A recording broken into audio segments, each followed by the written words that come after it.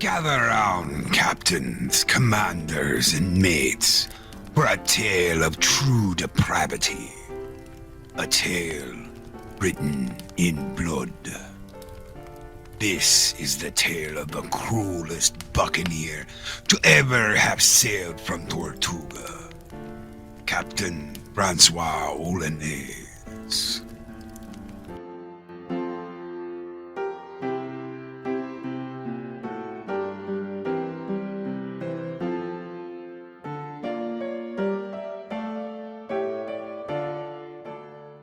Jean Desbineux, better known as François Olanes, in the city of Les Îles-aux-Onis, France.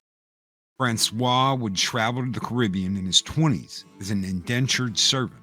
By the 1660s, his servitude was complete, and he would begin wandering from island to island until arriving in Saint-Domingue, or what we know today as Haiti. He would take this opportunity to become a buccaneer, preying on shipping in the Spanish West Indies and Spanish Main. 2 years later, François was shipwrecked off the coast of Campeche, Mexico.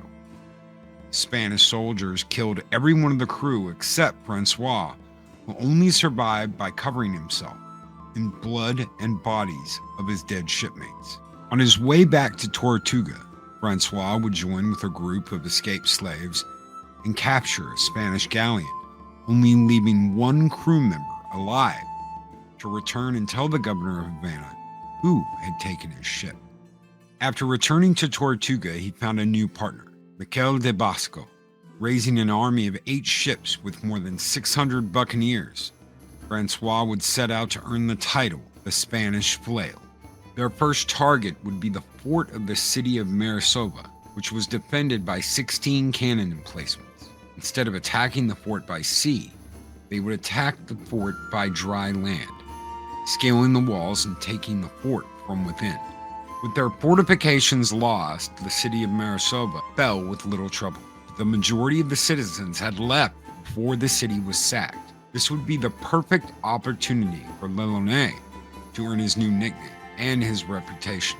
L'Olanes sent his men in scouting parties to capture and return the villagers that had fled.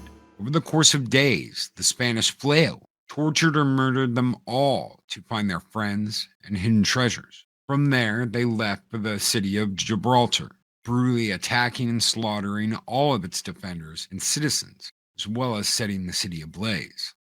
The Flail would return to Tortuga with 260,000 Spanish dollars. He would spend another 2 years in Tortuga before setting out again. His bloodlust and love of torture never sated. This time he would bring with him 700 fellow buccaneers and almost a dozen vessels to raid, pillage, and plunder the Spanish coast. Gather round, lads, the Flail promises you riches and plunders the likes of which ye have never seen. Sign your ex here and join our cruise. He promises a share of more gold and pieces of it than ye can carry.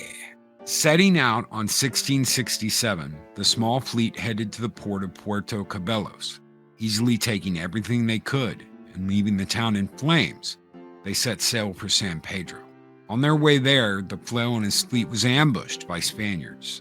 Barely beating them back, the Flail cut the heart out of one of the survivors in front of the rest, quickly revealed the fastest way to reach San Pedro.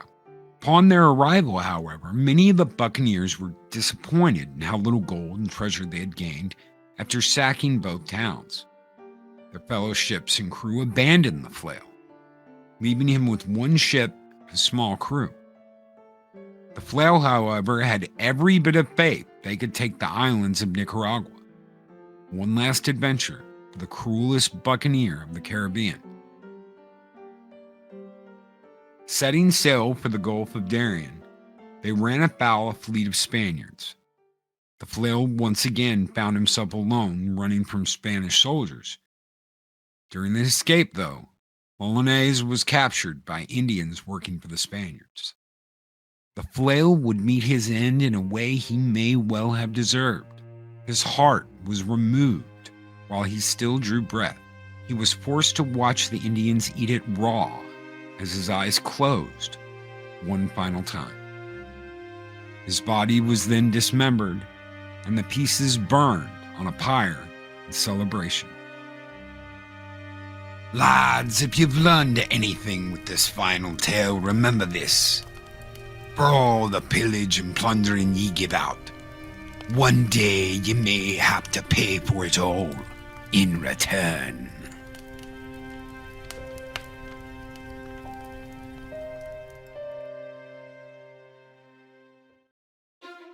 Thanks for watching. Make sure you leave a like and a comment. It really helps out the channel. And if you're new here, why not subscribe? We know you love pirates, so join us.